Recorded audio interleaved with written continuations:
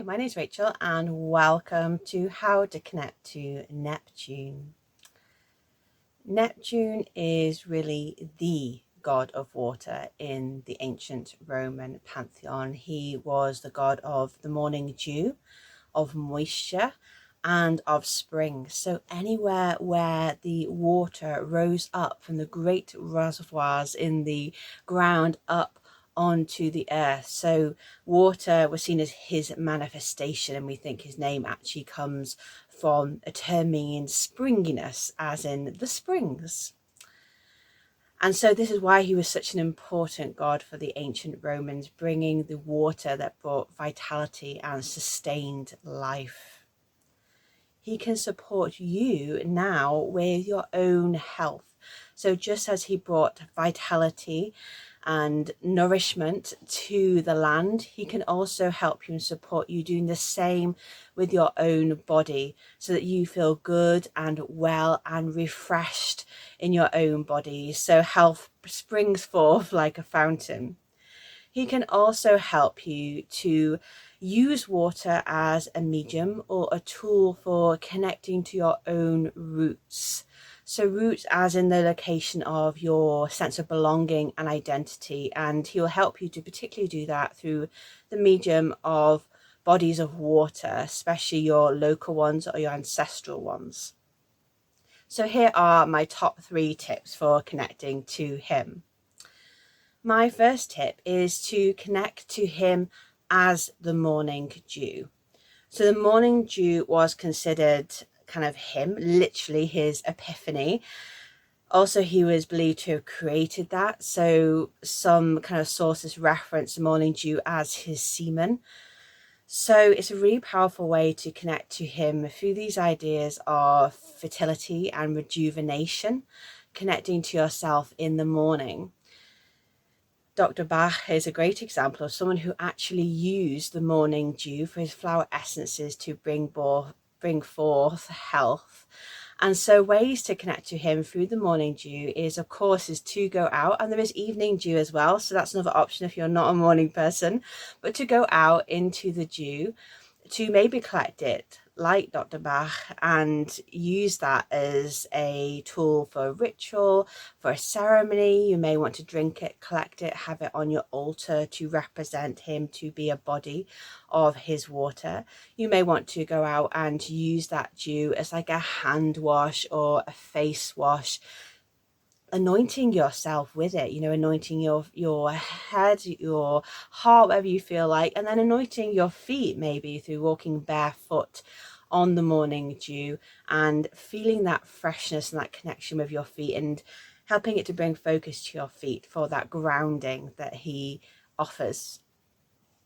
My second tip is actually to, well, I call it kind of body health, but I want to explain a little bit more about that in the way that he is a god of healing that's going to help you with your lymphatic system. So let me explain that a little bit more. So he was a god that was believed to bring moisture to the earth. So the springs came forth, the springs became brooks, would become rivers, would then become the ocean. All of that water are these ways of bringing water to land, to the animals, to humans. We also have our own same water system, of vitality and nutrients and nourishment within our bodies. And really that is our lymphatic system. It is the center of our immunity, and he can particularly help with maintaining and improving the health of the lymphatic system.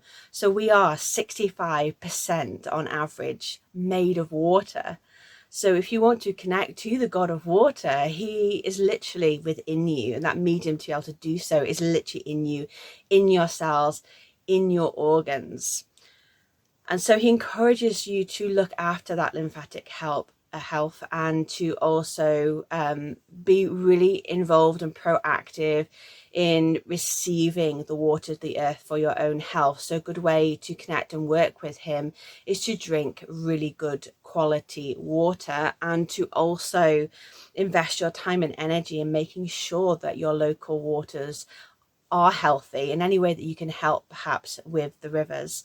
Also, another way is to make sure that you are getting minerals and electrolytes through your waters, and to kind of upgrading your drink. So not just water, but making sure that you are getting things like the mineral salts and electrolytes for your water, and that's going to rejuvenate and to keep you healthy, to keep everything flowing and to keep you hydrated. So you can help keep you hydrated, mind, body, spirit and soul, but in particular you want to keep your body hydrated so everything else has this great foundation to be rooted in.